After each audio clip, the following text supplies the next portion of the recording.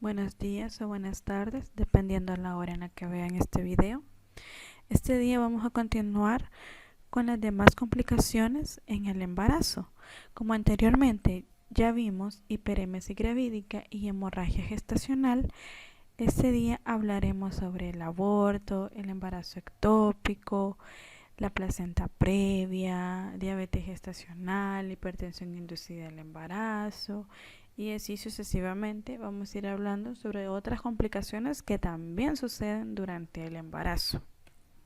Bueno, damos inicio con el tema de aborto. El aborto es la interrupción o finalización prematura del embarazo, ya sea de forma natural o espontánea como voluntaria, hecha antes de que el feto pueda sobrevivir fuera del útero. Está el aborto espontáneo, que como su nombre lo indica, es aquel que no se da de forma intencionada, sino que esto sucede a causa de una serie de complicaciones tanto en el feto o bien complicaciones en la madre. Generalmente ocurre durante las 12 primeras semanas de gestación. ¿Cuáles son las causas de un aborto espontáneo? Dice que pueden haber problemas en los cromosomas. También pueden existir niveles hormonales anómalos, que significa esto, que la madre no esté secretando hormonas lo suficientemente para que pueda mantener al feto dentro de su vientre. También una diabetes no controlada, que también esto puede ser una diabetes que la madre tenía antes del embarazo. Puede desarrollarse también una diabetes gestacional. También la incompetencia del cuello uterino, o sea que el cuello uterino no esté preparado para recibir al feto, al óvulo. También infecciones, ya sea infecciones tanto en el tracto vaginal como en otro tipo de infecciones, que esto va a hacer o va a causar que la madre sufra un aborto. La obesidad también está relacionado con los abortos. También pueden haber problemas físicos en los órganos reproductores de la madre. La madre puede tener algún problema en el útero, en el cuello, en las trompas. También puede haber problemas con la respuesta inmunitaria. Aquí creo que se da más o menos cuando el feto es de un tipo de sangre y la mamá es de otro tipo de sangre.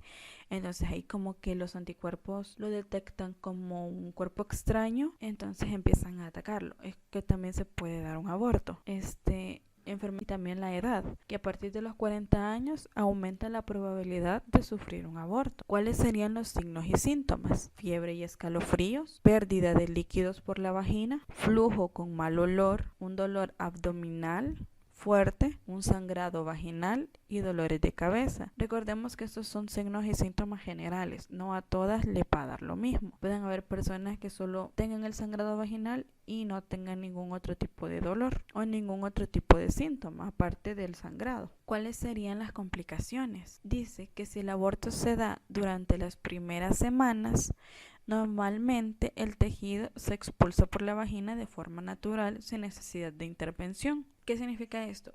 Que si la madre sufre de un aborto espontáneo, pero ella tiene la capacidad de desecharlo completamente, ella no va a tener necesidad de realizarse alguna intervención quirúrgica o alguna intervención de otro tipo para sacar los restos que quedan del feto, ya que ella lo ha desechado en su totalidad. Pero si esto no sucede así, dice que se puede precisar de una cirugía como el legrado, o también se pueden tomar medicamentos para terminar de expulsar los restos que queden en el útero, si es que en algún momento llegasen a quedar restos dentro de la madre. Eso se va a conocer como aborto séptico y esto debe tratarse rápidamente, ya que de lo contrario puede provocar infecciones, fiebre, sangrado vaginal, cólicos o flujo vaginal fétido. ¿Cuáles serían los diagnósticos? El examen pélvico sería uno de los diagnósticos, el análisis de sangre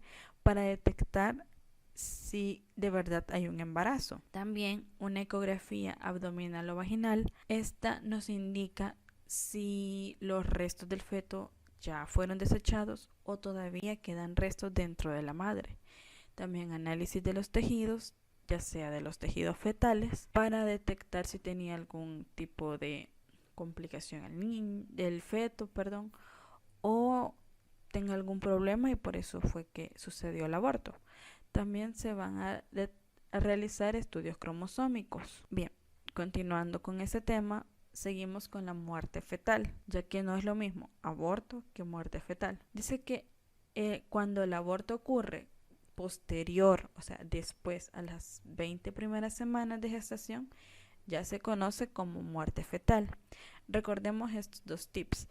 Antes de las 12 semanas, aborto espontáneo. Después de las 20 semanas, muerte fetal. Dice que en estos casos siempre se va a requerir de cirugía para extraer el feto del útero. ¿Cuáles son las causas o factores? Una gestación múltiple, o sea, que la madre esté embarazada, de gemelos, trillizos, cuatrillizos, quintillizos, bla, bla. Entonces, esto va a determinar que la madre sufra una muerte fetal. No va a ser en todos los casos, pero sí puede ser un factor de riesgo. También retardo del crecimiento uterino. Como ya lo decíamos, que el cuello del útero o el útero no esté lo suficientemente desarrollado para poder almacenar al feto. También aquí vamos a ver que pueden haber anomalías tanto congénitas como genéticas, una infección o también el tabaquismo. ¿Cuáles son los signos y síntomas? Como síntoma principal, la ausencia de movimientos del feto. La madre puede decir, pero es que yo ya no siento que se me mueva mi bebé, pero es que yo ya no siento que se mueva. No sé por qué, pero ayer se estaba moviendo y hoy ya no. Eso puede ser un signo de alarma de que algo malo está sucediendo con su bebé. También puede haber pérdida de líquido marrón. Aquí las mujeres se dan cuenta cuando van al baño, miran su ropa interior y ven su ropa interior manchada. También pueden haber un dolor abdominal intenso. Vamos a ver el aborto inducido. Como les decíamos, existe aborto espontáneo, ya sea como su nombre lo indica, de forma natural o inducido. Dice que el aborto inducido o provocado es aquel que se realiza por voluntad propia de la mujer. Aquí la mujer decide, yo no quiero continuar con mi embarazo, yo lo que quiero es abortar. Aquí más que todo se puede dar, ya sea de forma empírica, tomando algún té o algunas hierbas que la gente usualmente compra en los mercados, o también puede ser un aborto médico, tomando medicamentos, o un aborto quirúrgico. Ya vamos a ver cuáles son las diferencias de estos dos, pero siempre se va a tratar de la interrupción del embarazo.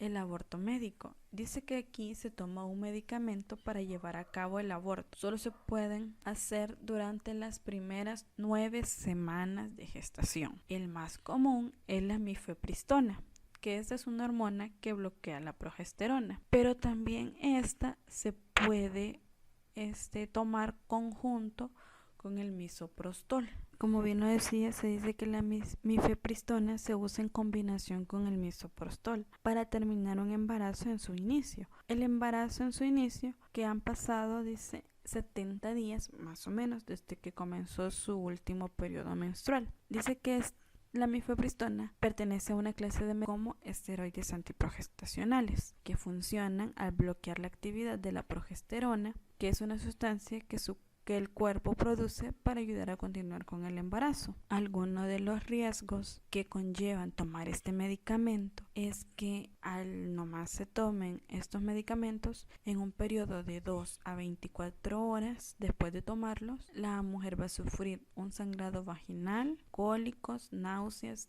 diarreas. Dice que el sangrado generalmente va a durar de 9 a 16 días. En algunos casos, pero también dice la literatura que va a llegar un poquito más allá, que hay casos en los que las mujeres pueden sufrir de este tipo de sangrado hasta 30 días.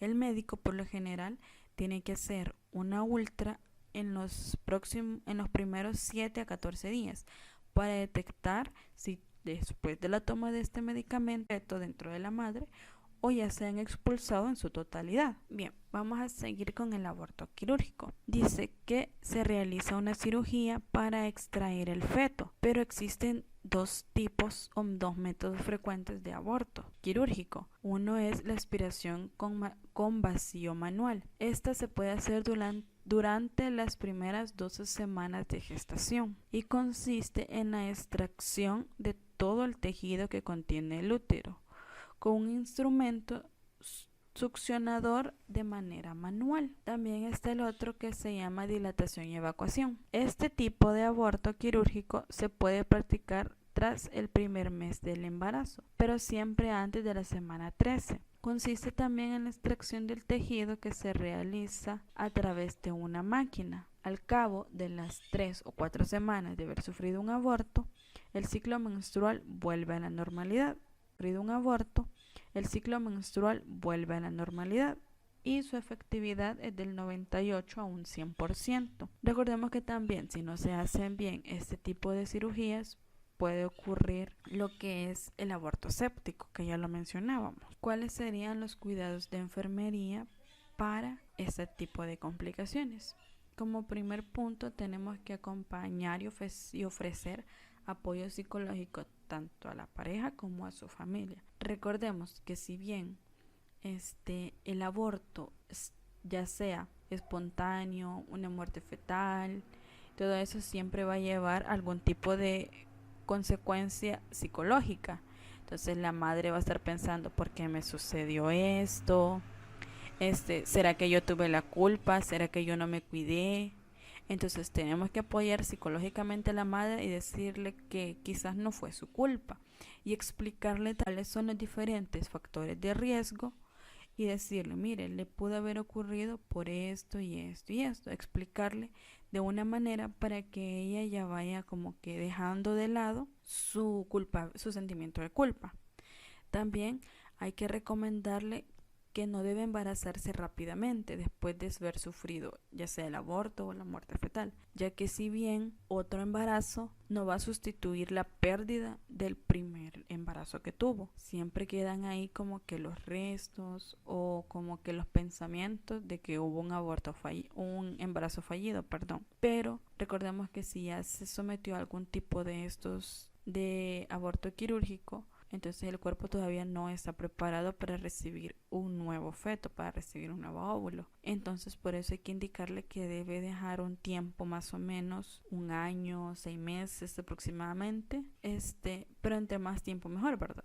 O sea, no, hoy sufrí un aborto y ya al mes ya estoy embarazada. No, porque también puede tener el riesgo de sufrir otro aborto. Otro de los cuidados sería antes de dar el alta, informarle a la pareja que pueden tener síntomas psicológicos como pensamientos sobre el hijo perdido, que es lo que ya comentábamos, que hay que apoyar psicológicamente a la madre y decirle, mire, yo sé que esto no es nada fácil, esto que le sucedió a usted y no se preocupe, usted va a salir de esto, va a necesitar tanto de ayuda de su pareja como ayuda familiar, apoyo familiar para poder sobrellevar esta pérdida. También si ya sea en la muerte fetal, que es posterior a las 20 semanas, y recordemos que para este tiempo ya las glándulas mamarias ya van a estar desarrolladas, entonces se le va a administrar ya sea con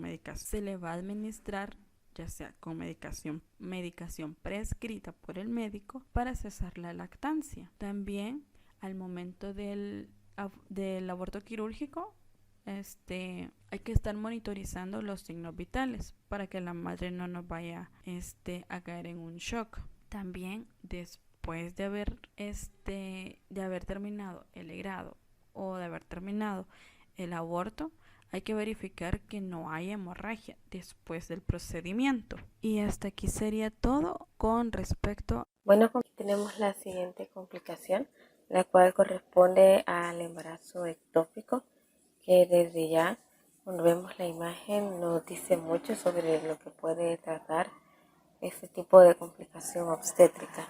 Vamos a ver que en sí ectópico significa fuera del lugar. En este caso, ¿verdad? El óvulo fecundado o también llamado blastocisto se desarrolla en tejidos distintos de lo que es la pared uterina, ya sea en la trompa de falopio, ¿verdad? En el 95%, sí sabemos que lo que es la fecundación sucede en una porción anatómica específica de la trompa de falopio, pero en el embarazo ectópico hay ciertas causas y o factores de riesgo que impiden el desplazamiento libre de ese óvulo fecundado hacia lo que es el lugar correcto del ya crecimiento del embrión, del feto, ¿verdad? Ya las vamos a ver más adelante cuáles serían esas causas y efectos, por lo que este óvulo fecundado, en otros términos, queda atascado e incluso en lo que es la trompa, como les decía, a nivel de la trompa uterina,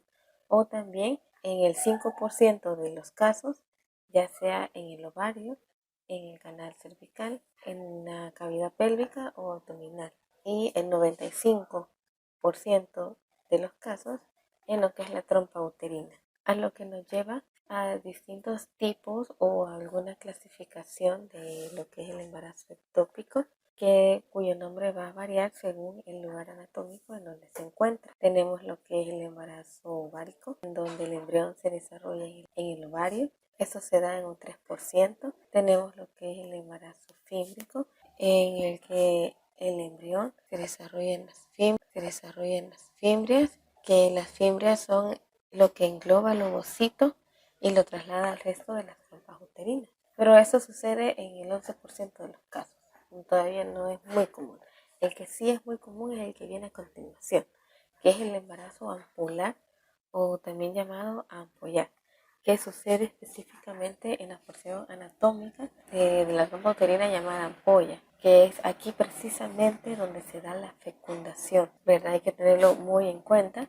También es la parte más larga, más ancha de lo que es la trompa uterina. Y también le sigue el embarazo ístmico, que es aquel que se da en el istmo, que ya aquí es la porción de paredes gruesas. Y también tenemos lo que es un embarazo intersticial, que es cuando el embrión se desarrolla dentro de lo que es el músculo uterino. Un embarazo cervical, que ya lo tenemos más abajo, que es el desarrollo del embrión en lo que es el cuello uterino. Y un embarazo abdominal, que es cuando el embrión se desarrolla en lo que es la cavidad peritoneal. Entonces podemos ver que el más común es el embarazo ampular, ¿verdad? Que también es llamado embarazo tubárico, y que este va a producir lo que es obstrucción e inflamación. Tenemos distintas causas y o factores de riesgo. Una de ellas es la endometriosis, que es un trastorno en el que el tejido similar al revestimiento interno del útero, es decir, el endometrio, crece fuera de esto. Entonces, incluso en las mujeres que se les diagnostica endometriosis, se les debe de tener un control, ¿verdad? Una vigilancia mayor a través de ecografía, pues ya se ha visto bastantes veces en las investigaciones, ¿verdad? Noticias de que se ha visto asociado lo que es la endometriosis con un embarazo ectópico. Entonces también tenemos lo que es la salpingitis, que es una infección e inflamación en lo que son las trompas uterinas. Es un tipo de enfermedad inflamatoria pélvica, que lo podemos ver más abajito ahí en verde, en donde enfermedad inflamatoria pélvica se le llama cualquier inflamación o infección en lo que es el tracto genital superior. También hay del endometrio, endometritis, ¿verdad? Por ejemplo. También podemos ver que entre otras causas y factores de riesgo están los defectos congénitos en trompas de falopio, una edad materna mayor de 35 años, un embarazo ectópico previo, ¿verdad? Es decir, que la mujer, si ya ha sufrido de un embarazo ectópico en un embarazo anterior, es muy probable que lo vuelva a padecer. Tenemos lo que es el tabaquismo. Lamentablemente, para estas mujeres que fuman, tienen el doble de probabilidad o de riesgo que sufran de un embarazo ectópico, porque la nicotina impide o más bien paraliza los cilios que revisen las trompas uterinas. Entonces, sin duda es un factor de riesgo bastante potente. También tenemos lo que es el DIU, ¿verdad? Que si no estamos muy familiarizadas, es un tipo de método anticonceptivo, ¿verdad? Sin embargo, el DIU produce, ahí lo podemos ver en la imagen, ¿verdad? Lo que es el DIU y en donde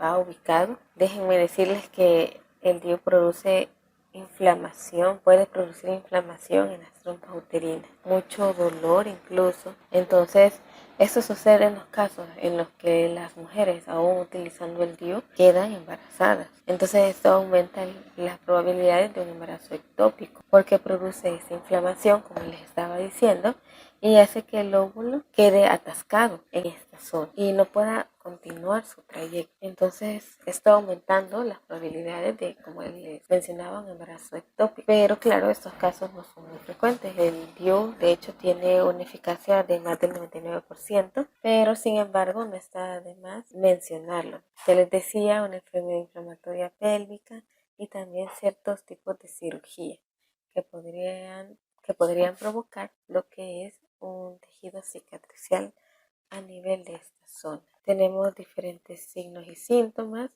Uno de ellos es el dolor abdominal, los mareos, los desmayos. Puede ser signos y síntomas de un shock hipovolémico ante el sangrado que también puede haber, un dolor a nivel lumbar, también sensible. Pero déjenme decirles que al principio no puede haber sintomatología presente, ¿verdad?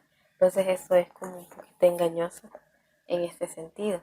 Y como les decía, aquí en la imagen vamos a ver que nos dice de que el embarazo ectópico es un embarazo sin futuro.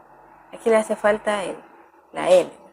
Sin futuro, en donde el óvulo fecundado puede prosperar fuera de lo que es el útero materno, que ya se lo decía. Lamentablemente, en estos casos de embarazo ectópico, el embrión, ¿verdad?, solo logra sobrevivir un par de semanas porque los tejidos fuera del útero no pueden proporcionar el suministro sanguíneo y los nutrientes necesarios para el buen desarrollo y crecimiento de lo que es el embrión y el feto. Entonces al final el feto no sobrevive, la estructura que lo contiene termina sufriendo lo que es una rotura al cabo que incluso a las 16 semanas lo máximo, siendo en un tiempo en el que el feto no es capaz de sobrevivir por sí mismo. Entonces, en esos casos, con frecuencia, en los embarazos ectópicos, carecen de feto o embrión, o si se encuentra presente, este se llega a atrofiar. Entonces, ya por último, tenemos lo que son las complicaciones, pero ya casi llegando a lo que es el final de esta complicación, en donde, como les decía, el problema o la mayor complicación que puede suceder es que el lugar en donde se encuentre, ¿verdad?, no es precisamente para lo que es el desarrollo y crecimiento de un feto.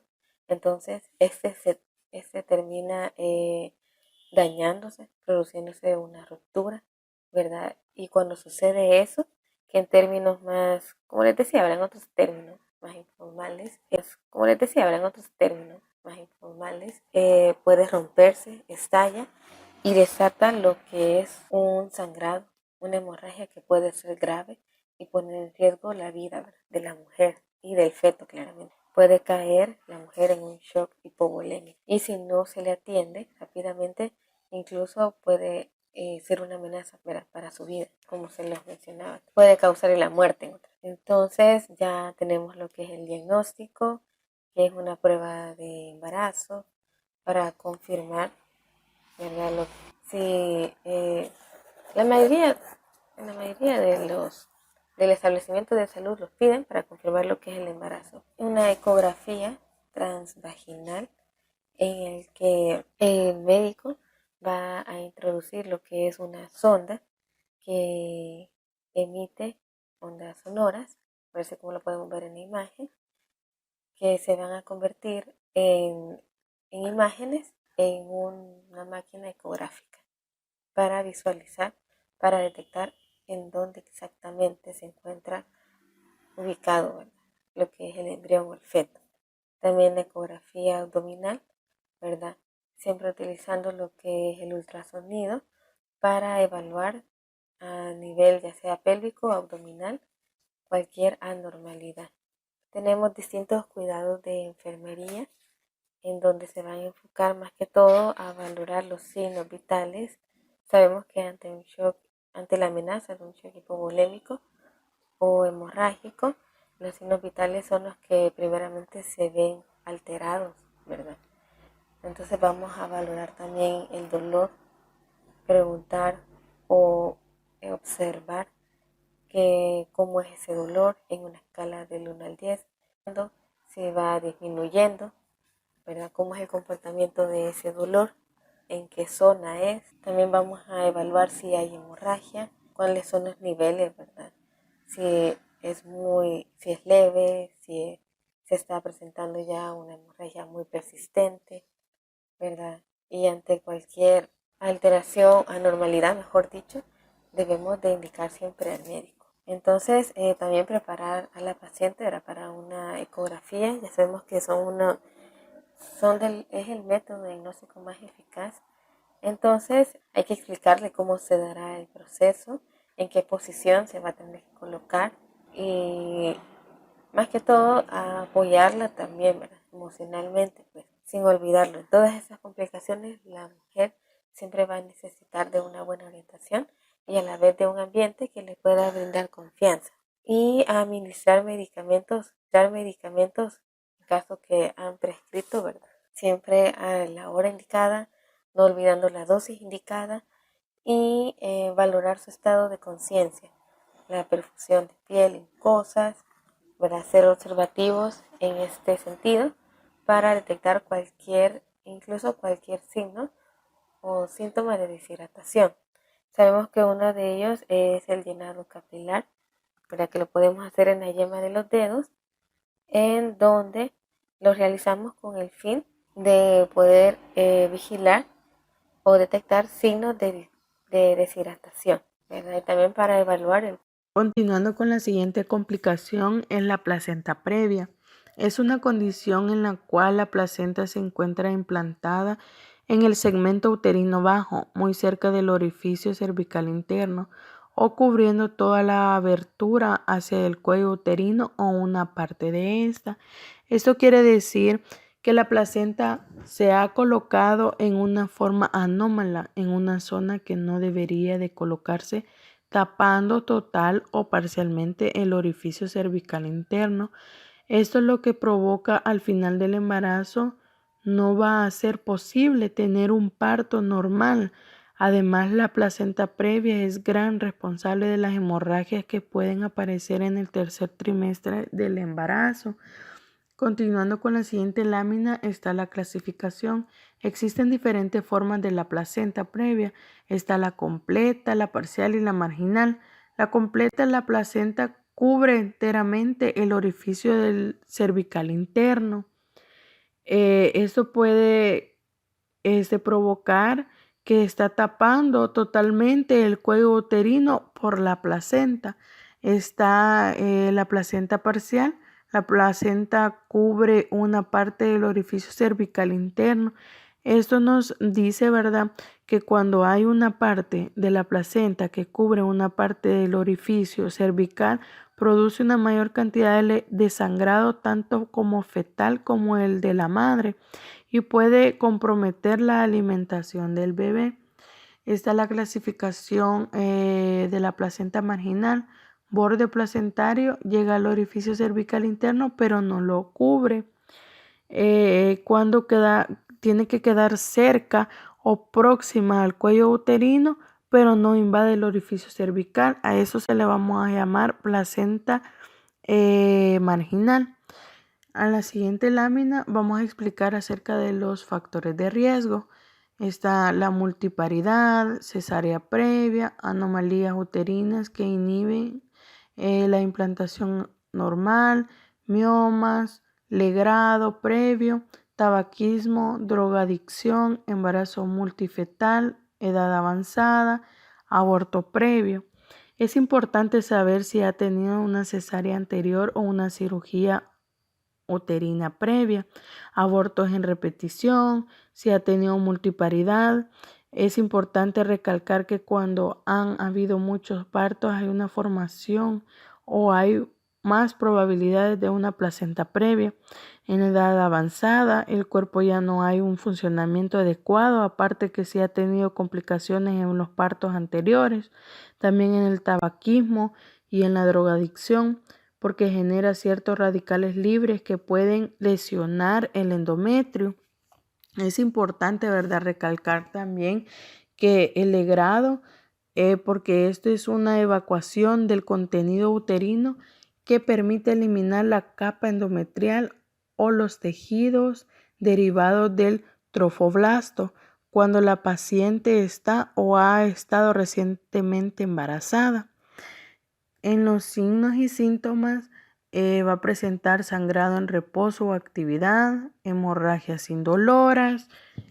¿Por qué va a presentar hemorragias indoloras? Esto va a ser después de las 20 semanas, particularmente es indoloro o sangrado poscoital y una situación fetal anormal. Clásicamente la ausencia de dolor y de contracciones uterinas eran considerados los hallazgos típicos que podrían diferenciar esta condición de un desprendimiento de placenta. Está el sufrimiento fetal. Esto quiere decir que es un estado que altera la fisiología fetal antes o durante del parto, de tal modo que es probable su muerte o la aparición de lesiones permanentes en un periodo relativamente breve.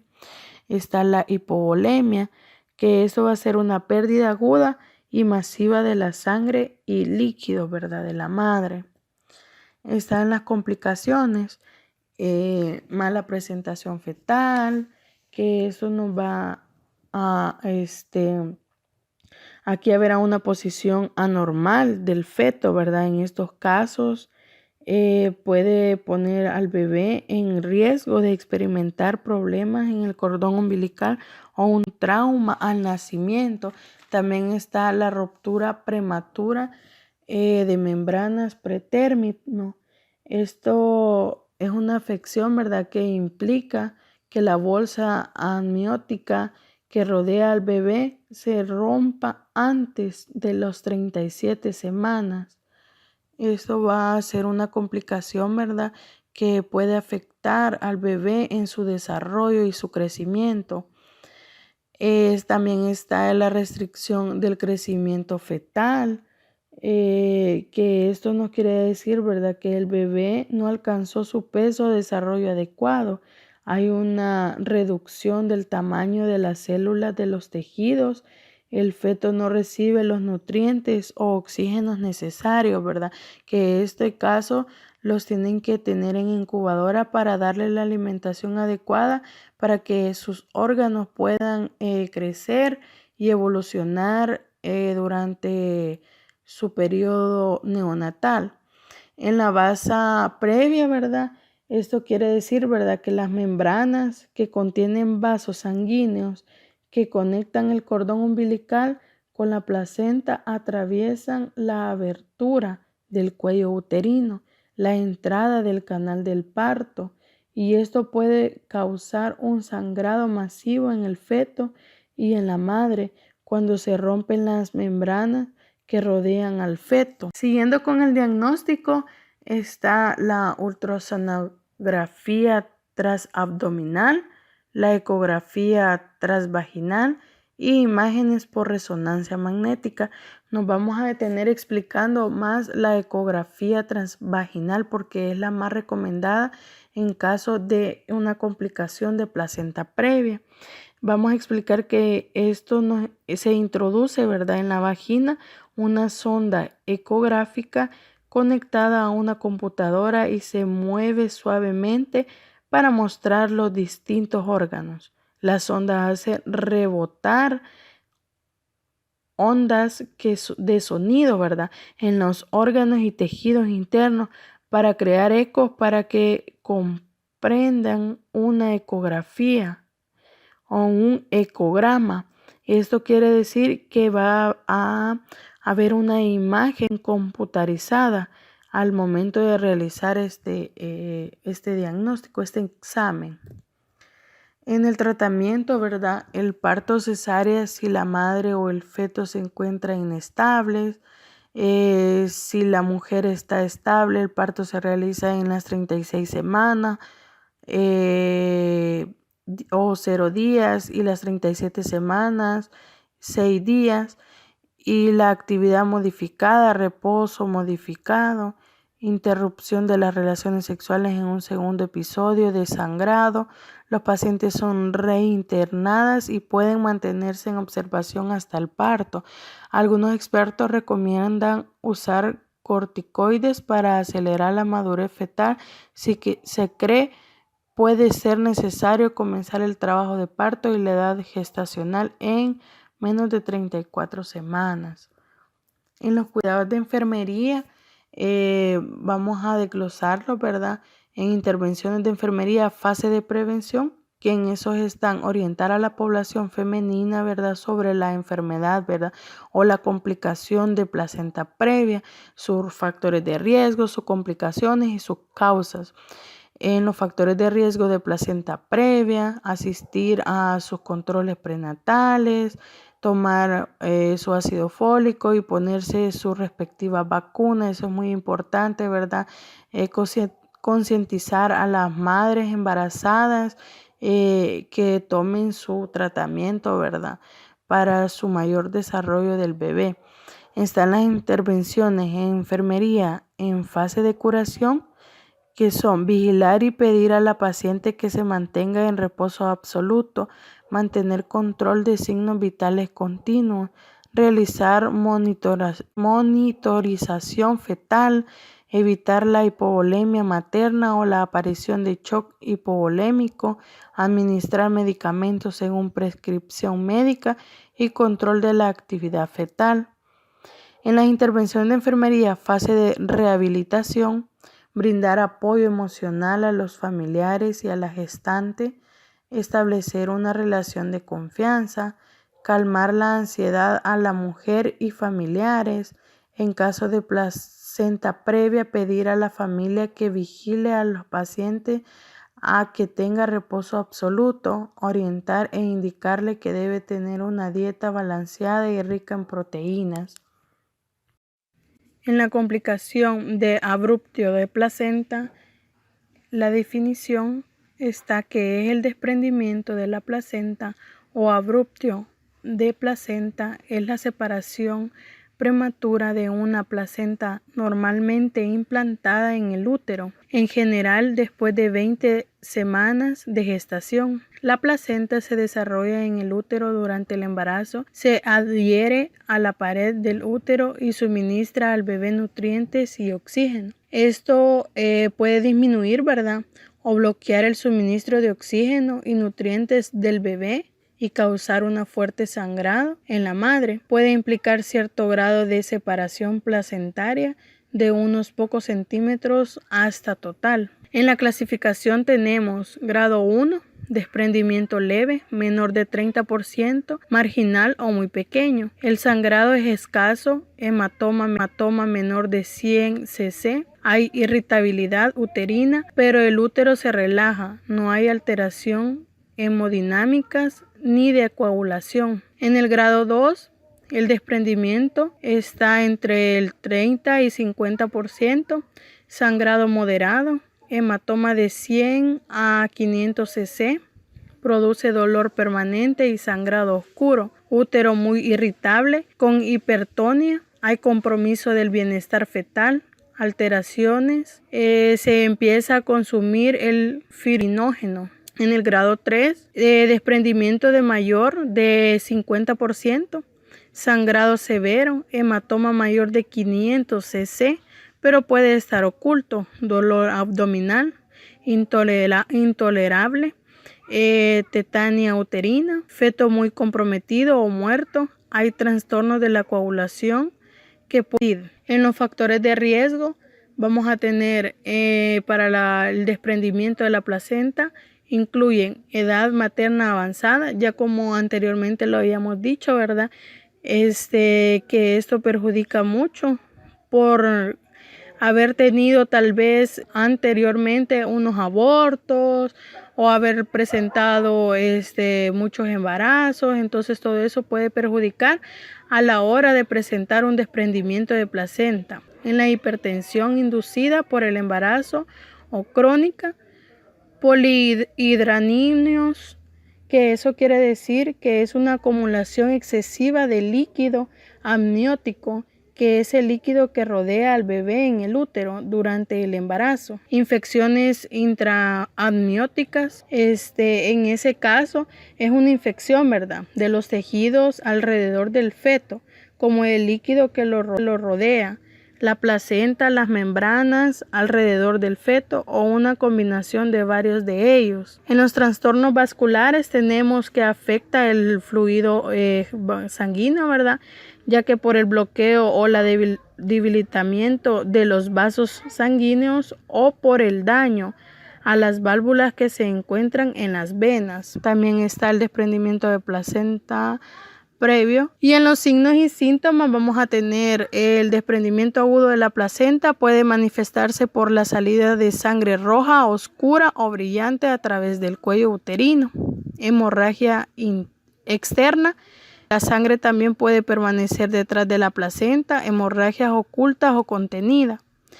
La gravedad de los signos y síntomas depende del grado de separación y la pérdida de sangre. Si la separación continúa, el útero puede volverse doloroso e irritable a la palpación. Puede producirse un shock hemorrágico. El desprendimiento crónico puede causar una pérdida continua o intermitente de sangre marrón oscura. En el diagnóstico tenemos la elevación del desprendimiento de placenta, incluye lo siguiente: monitorización cardíaca fetal, que en esto, ¿verdad?, se hace durante el embarazo, el trabajo de parto y el parto.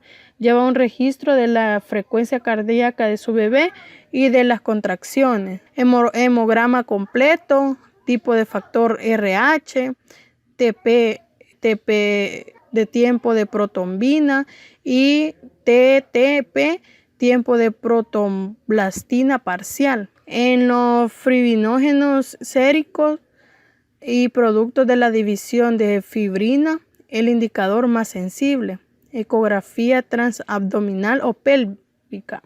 Esto, ¿verdad?, en lo del fibrinógeno sérico, es una proteína producida por el hígado que ayuda a detener el sangrado al favorecer la formación de coágulos en la sangre, ¿verdad? En la ecografía transabdominal o pélvica, este examen es imagenológico que sirve para visualizar los órganos y verificar si existe alguna otra complicación. En el embarazo también es importante la recomendación a la hora de realizar este examen, que requiere tener la vejiga llena, por lo que se recomienda tomar 1 o 2 litros de agua 1 hora o 2 horas antes del examen. Esto nos sirve para tener una mejor visualización de los órganos y del feto. En el tratamiento tenemos intentar la internación y la actividad modificada si en el embarazo no está cerca del término y si la madre y el feto están estables. Rápida finalización del embarazo.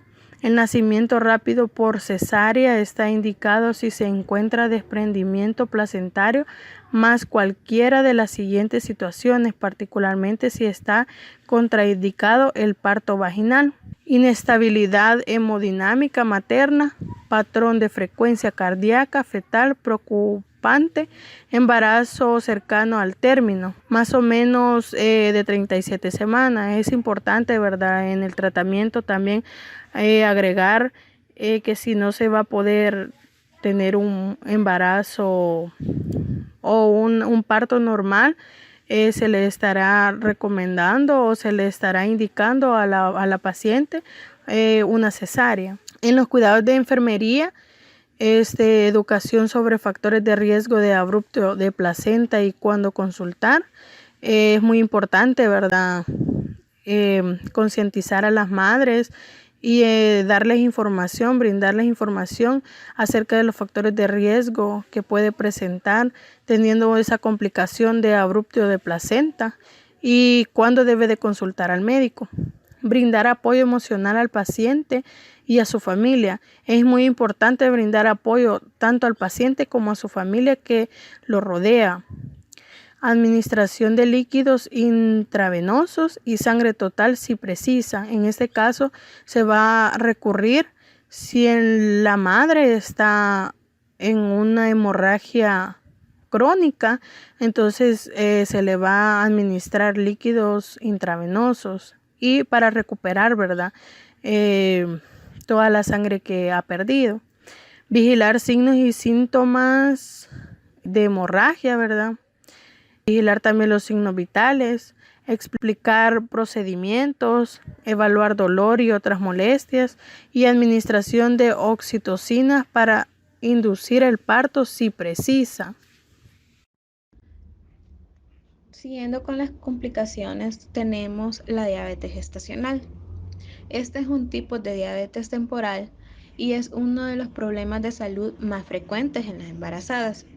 Se define como la intolerancia a los carbohidratos y esta aparece o se detecta por primera vez durante el embarazo. Esto se da debido a que las hormonas presentes durante el embarazo pueden dificultar la función que realiza la insulina, apareciendo una intolerancia a los carbohidratos y por ello una hiperglucemia. Aún no se conocen todas las causas de diabetes gestacional. Cualquier mujer embarazada está en riesgo de desarrollarla. Tenemos diferentes factores de riesgo como la edad materna, una mujer mayor a 30 años, historia obstétrica pasada o alguna complicación obstétrica como la placenta previa o una amenaza de aborto, un IMC mayor de 30, hipertensión arterial, antecedentes familiares de primer grado, donde la madre de la paciente pudo haber tenido diabetes gestacional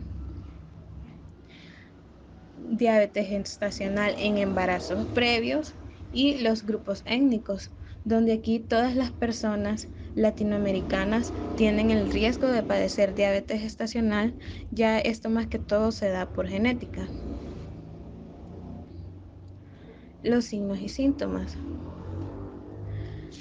Se puede dar una fatiga, visión borrosa, infecciones frecuentes. Estas incluyen en la vagina, en la vejiga y piel. Se da una polidipsia, que es sed, el incremento de la micción, náuseas y vómitos, pérdida de peso, polifagia, que es el aumento de apetito. Y tenemos las complicaciones. La diabetes gestacional puede causar algunas complicaciones para la madre, como la hipertensión gestacional, y como consecuencia puede desarrollar una preeclampsia, una hipoglucemia y diabetes futura, donde es posible que tenga diabetes gestacional en un embarazo futuro y también desarrolle diabetes tipo 2. La disfunción renal y el deterioro de la visión es a consecuencia de un fallo multiorgánico. Para el bebé puede provocar un parto prematuro, malformaciones, una macrosomía o que es el exceso de peso al nacer, ya que el exceso de azúcar en sangre puede pasar de la placenta y hacer que el bebé crezca demasiado y tener obesidad. También puede causar una hipoglucemia poco después del nacimiento debido a que su propia producción de insulina es alta, una hiperbilirrubemia por niveles altos de la bilirrubina y polidamnios, que es la acumulación excesiva de líquido amniótico. La detección de diabetes gestacional comienza en la primera visita prenatal con la valoración de los factores de riesgo. Si la mujer embarazada tiene uno o más factores de riesgo, se realiza el test de O'Sullivan, donde esta es una prueba ambulatoria donde no se requiere ayuno previo.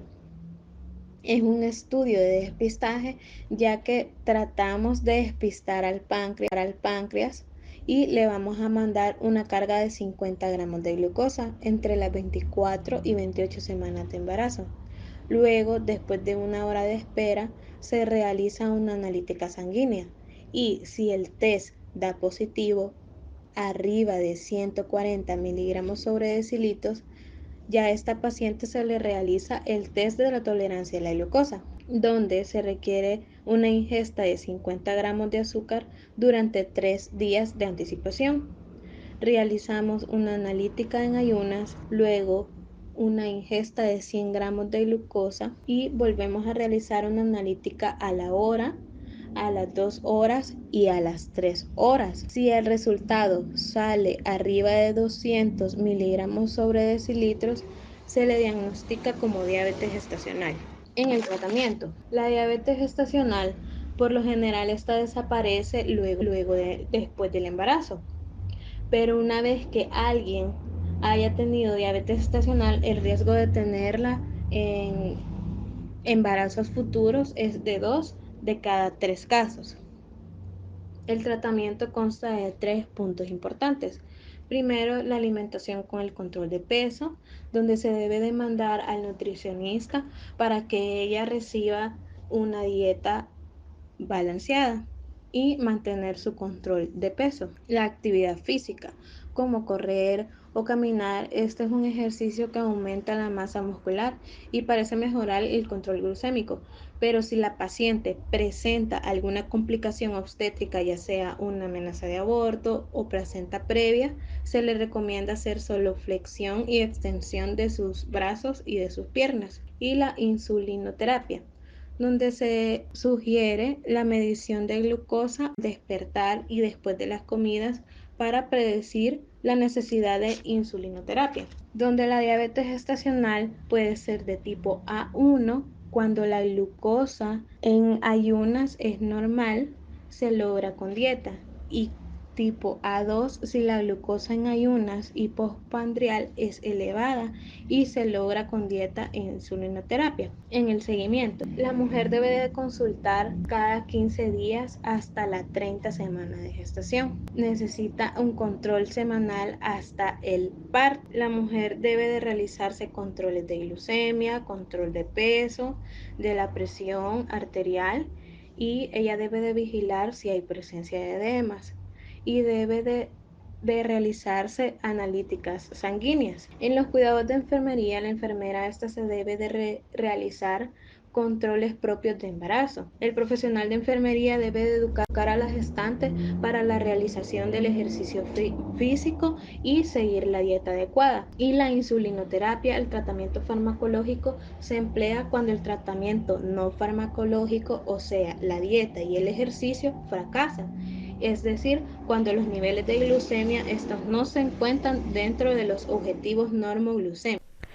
Continuando con el tema, vamos a ver hipertensión inducida por el embarazo.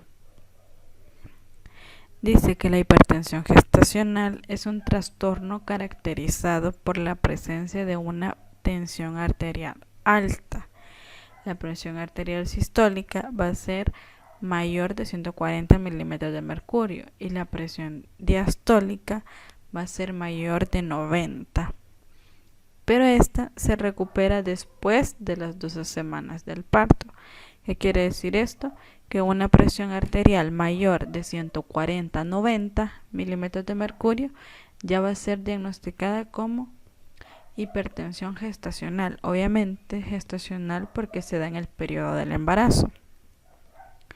Dice que es la forma de hipertensión arterial que se diagnostica por primera vez después de la semana 20.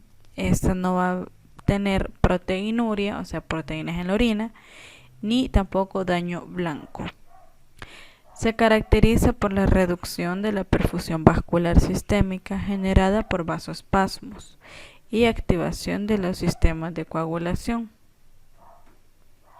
Factores de riesgo. No se conoce todas las causas de la hipertensión inducida por el embarazo, ya que cualquier mujer embarazada está en riesgo de desarrollarla. Sin embargo, hay mujeres que tienen más riesgos. Algunos de los factores de riesgo son edad materna menor de 20 años o mayor de 35.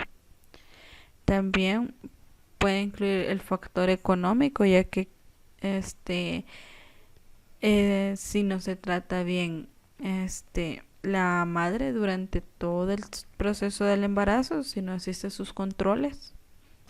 La obesidad también puede desencadenar a padecer la hipertensión, una diabetes. Recordemos que diabetes e hipertensión casi siempre están relacionados.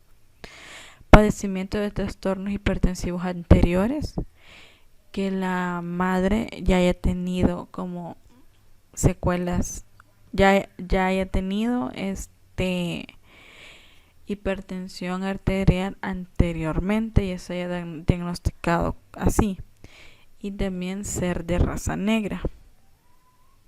¿Cuáles son los signos y síntomas? Como síntoma principal, presión arterial alta. Decíamos una presión arterial arriba de 140-90 milímetros de mercurio. Una visión borrosa, el edema, la cefalea y una dificultad para respirar. ¿Cuáles serían las complicaciones? Un bebé con bajo peso al nacer. Eso sucede cuando el bebé pesa menos de 5 libras y 8 onzas. Y es posible que el bebé no reciba suficiente oxígeno y nutrientes, lo cual hace que crezca más lentamente. Un parto prematuro, que es el parto que sucede demasiado temprano, es decir, antes de completar las 37 semanas del embarazo. Eso se puede dar incluso aunque la mujer ya esté en tratamiento de la hipertensión. También puede haber un desprendimiento de la placenta. La placenta se desprende de la pared del útero antes del nacimiento. Puede separarse, ya sea parcial o completamente. Y si esto sucede, es posible que el bebé no reciba suficiente oxígeno y nutrientes. Los criterios diagnósticos. Estos criterios nos van a ayudar a detectar si estamos ante una hipertensión inducida por el embarazo o ante una preeclampsia. Dice que la hipertensión va a ser, como ya lo decíamos, mayor o igual a 140-90 milímetros de mercurio en por lo menos 2 tomas, con espacio de 6 horas por primera vez durante el embarazo.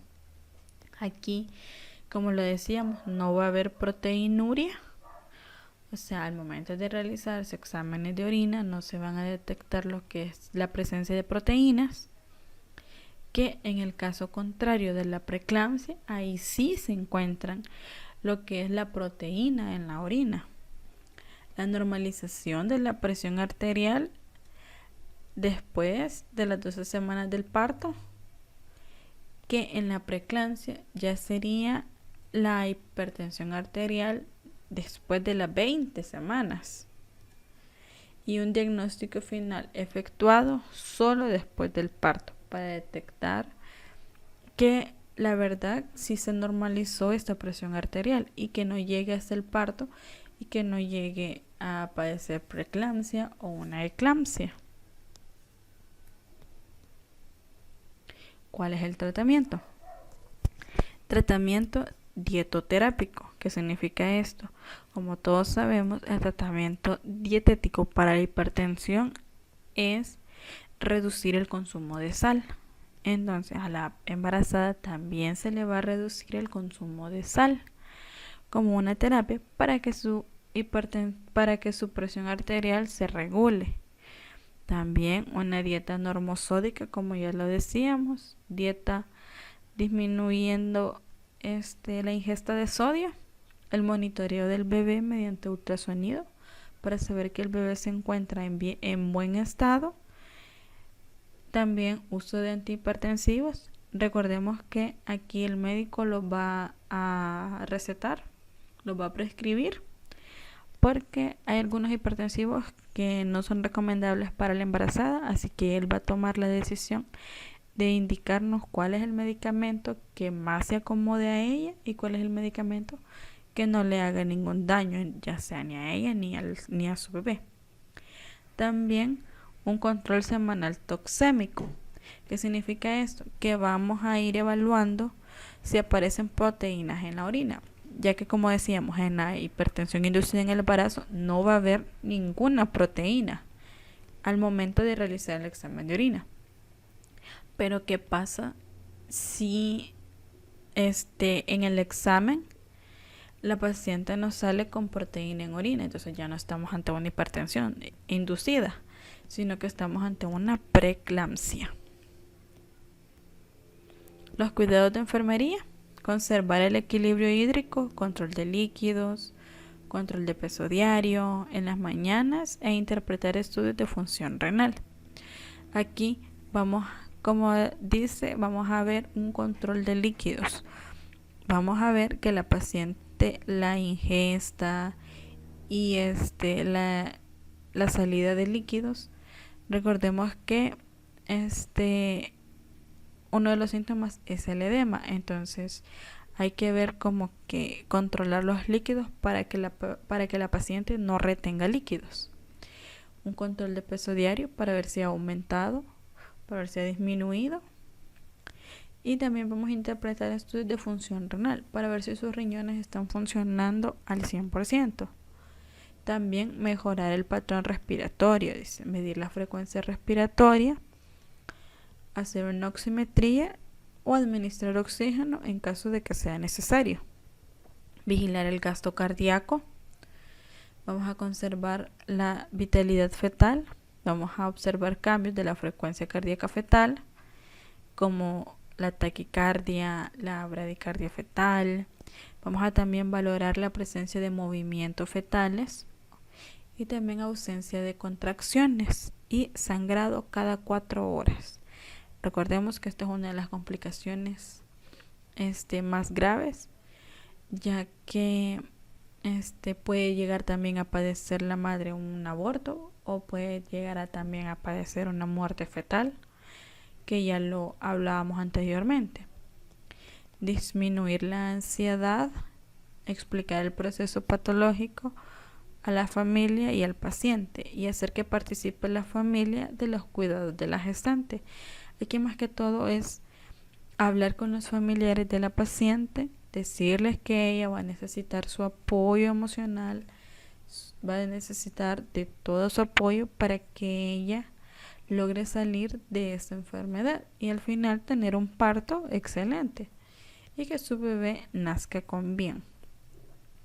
Y hasta aquí sería todo. Muchísimas gracias por su atención. Esperamos que todo haya salido muy bien y que hayan entendido los diferentes tipos de complicaciones que les explicamos a lo largo de todo este video. Y muchísimas gracias. Esto sería todo.